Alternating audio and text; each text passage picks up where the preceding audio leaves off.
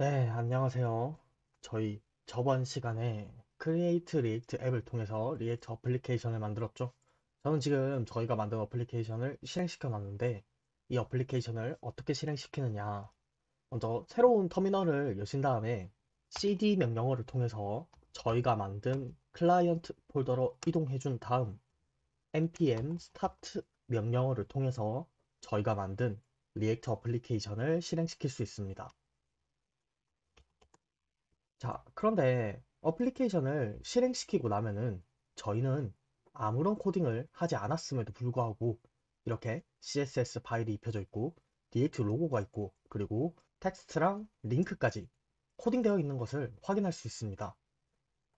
자, 당황하지 마시고 여기 나와 있는 대로 src 폴더의 app.js 파일을 한번 확인해 보겠습니다. 클라이언트 폴더로 가서 src 폴더의 app.js 파일을 확인해 보면은 이렇게 기본적으로 저희가 지금 보고 있는 화면이 코딩되어 있는 것을 알 수 있습니다. 자, 그러면 이 내용을 지운 다음에 h1 태그로 hello react라고 코딩해 보겠습니다. 그 다음 새로 고침을 해보면은 이렇게 hello react라고 저희가 바꾼 내용이 그대로 어플리케이션에 반영된 것을 확인할 수 있습니다. 자, 이 app.js에 있는 이 내용이 어떻게 우리가 지금 보고 있는 이 화면에 렌더링 되고 있는가 그것을 알아보려면 같은 폴더에 있는 index.js 파일을 확인해 보면 됩니다. 자, 그러면은 우리가 모르는 문법이 많이 나와 있는 것을 확인할 수 있는데 여기서 여러분들이 아셔야 될 거는 우리가 방금 바꾸었던 이 app.js 파일을 불러와서 그리고 다큐먼트에 루트라는 아이디에 가지고 있는 곳에 렌더링 시켜준다 라고 이해를 하시면 됩니다. 여기서 말하는 다큐먼트는 어떤 다큐먼트를 말하는 거느냐, 퍼블릭 폴더에 index.html이라고 있습니다. 이 파일을 확인해 보시면은 바디 부분에 아무런 내용이 코딩이 되어 있지 않고 루트라는 아이디를 가지고 있는 div 태그 이거 하나가 있는 것을 확인해 볼 수 있는데 이 div 태그가 방금 index.js에서 document get element by id root 이 div 태그입니다. 그래서 이 index.js에 있는 이 모든 내용이 다 렌더링 되어서 이 index.html에 있는 root라는 아이디의 div 태그의 안에 할당된다 라고 이해를 하시면 될 것 같습니다.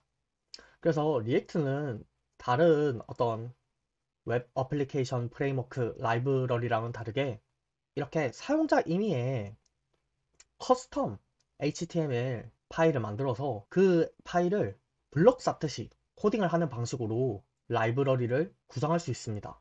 이렇게 리액트에서 사용자 정의의 커스텀 HTML 파일을 우리는 컴포넌트라고 부릅니다. 자, 그러면 실제로 우리가 컴포넌트를 한번 만들어 볼까요? 이 src 폴더에서 새 파일을 만들 건데 지금은 test.js라는 이름으로 만들겠습니다.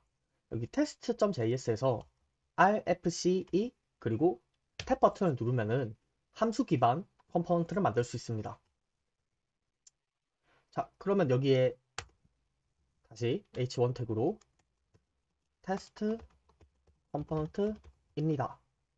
라고 코딩을 한 다음에 이 index.js 파일에서 app.js 파일을 불러오고 있으니까 app.js에서 import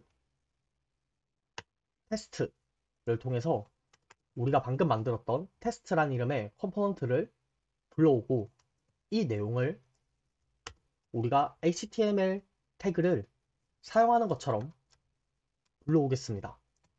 그러면 이렇게 테스트 컴포넌트가 다시 렌더링 되는 것을 확인할 수 있죠.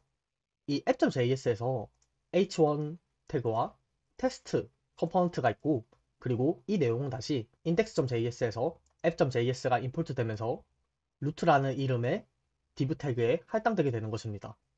그래서 우리는 이런 컴포넌트를 통해서 우리가 원하는 대로 리액트 어플리케이션을 구성할 수 있는데 이 컴포넌트를 사용하는데 몇 가지 규칙이 있습니다.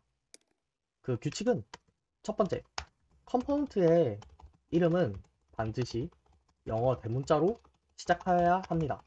제가 컴포넌트는 사용자 정의의 커스텀 HTML 태그랑 똑같다라고 말씀을 드렸는데 저희가 흔히 알고 있는 뭐 div 태그라던가 h1 태그라던가 p 태그, 뭐 이미지 태그 등등은 전부 다 영어 소문자로 시작을 하죠. 이런 기존에 있던 HTML 태그랑 차이점을 두기 위해서 컴포넌트는 반드시 영어 대문자로 시작을 해야 합니다. 숫자로 시작해서도 안 돼요. 반드시 영어 대문자로 시작을 해야 됩니다.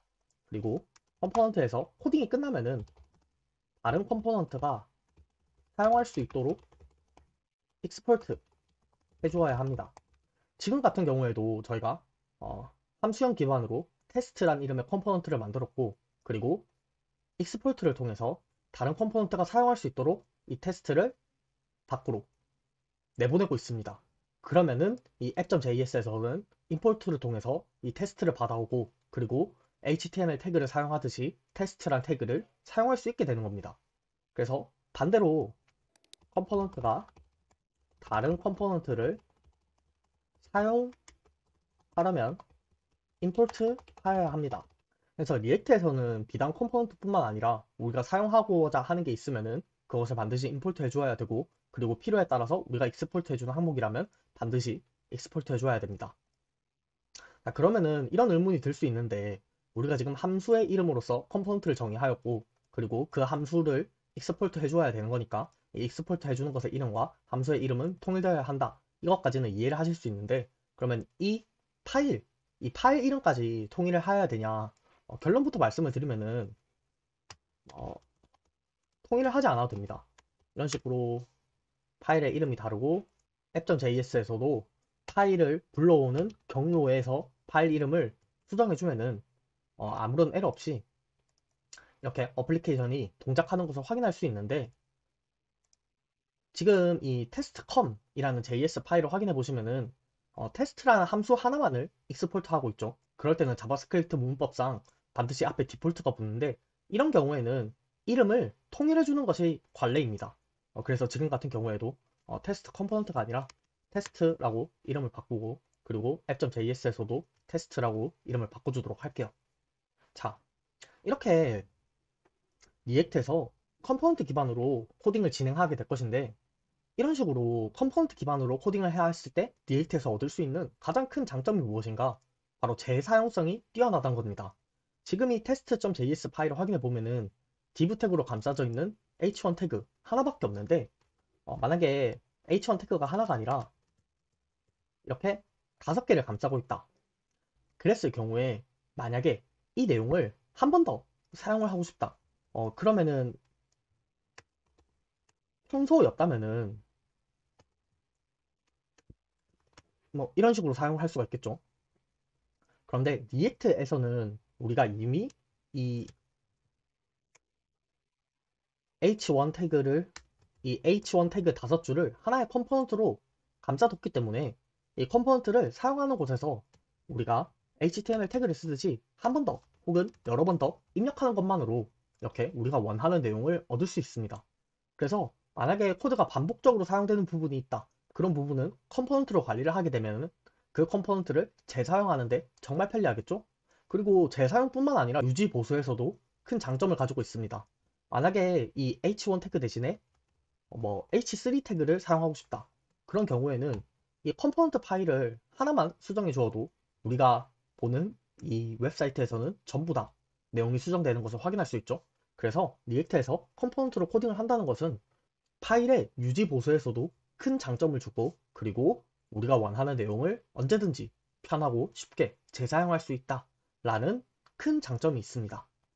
이 함수형 기반 컴포넌트에서는 리턴 구문에 우리가 원하는 HTML 파일을 코딩하는 것으로 컴포넌트를 구성할 수 있는데, 이 컴포넌트를 구성할 때도 한 가지 규칙이 있습니다. 그것은 바로 이 리턴 구문은 단 하나의 감싸져 있는 하나의 태그만 리턴을 할 수 있다는 점입니다. 지금 같은 경우에도 h3 태그가 5개나 있지만 이 h3 태그들은 다 div 태그로 감싸져 있기 때문에 아무런 에러가 발생하지 않는 것인데, 만약에 이 div 태그를 지우게 되면은 이렇게 에러가 발생하는 것을 확인할 수 있죠. 리액트에서는 안에 여러 가지 태그들이 들어가도 상관은 없지만 결국 마지막에는 하나의 태그로 감싸주어야 됩니다. 그래서 우리가 보통 많이 사용하는 게 div 태그죠. 이런 식으로 코딩을 바꾸면은 다시 에러가 사라지는 것을 확인할 수 있죠. 이 app.js 파일도 확인을 해보시면은 결국에는 이 내용들이 하나의 div 태그로 감싸져 있는 것을 확인할 수 있습니다. 자, 이렇게 되면은 우리가 앞으로 수십 개 혹은 수백 개의 컴포넌트를 만들게 될 텐데 그런 컴포넌트 하나하나마다 다 이런 의미 없는 div 태그를 써야 되나? 그러면 우리가 나중에 우리의 웹사이트, 어플리케이션 확인해 봤을 때 되게 의미 없는 div 태그가 정말 남발하게 되겠죠? 그런 경우를 방지하기 위해서 리액트에서는 프래그먼트라는 기술을 도입했습니다. 프래그먼트의 사용법은 HTML 태그를 사용하듯이 여는 태그랑 닫는 태그로 구성되어 있는데 그 여는 태그랑 닫는 태그의 괄호 안에 아무런 내용도 코딩을 하지 않으면 됩니다. 이런 식으로 코딩을 하면은 이 H3 태그들이 다 하나의 태그로 감싸져 있다라고 리액트가 인식하게 되어서 아무런 에러 없이 잘 렌더링 되는 것을 확인할 수 있습니다. 그래서 여러분들도 만약에 나는 아무런 의미 없는 div 태그가 많이 양산되는 건 싫다. 그럴 때는 이 리액트 프래그먼트 문법을 사용을 하시면 됩니다. 자, 그래서 오늘은 우리가 만든 이 리액트 어플리케이션의 구조가 어떻게 되어 있는지, 그리고 컴포넌트를 어떻게 만들고 어떻게 사용해야 하는지 알아보았습니다.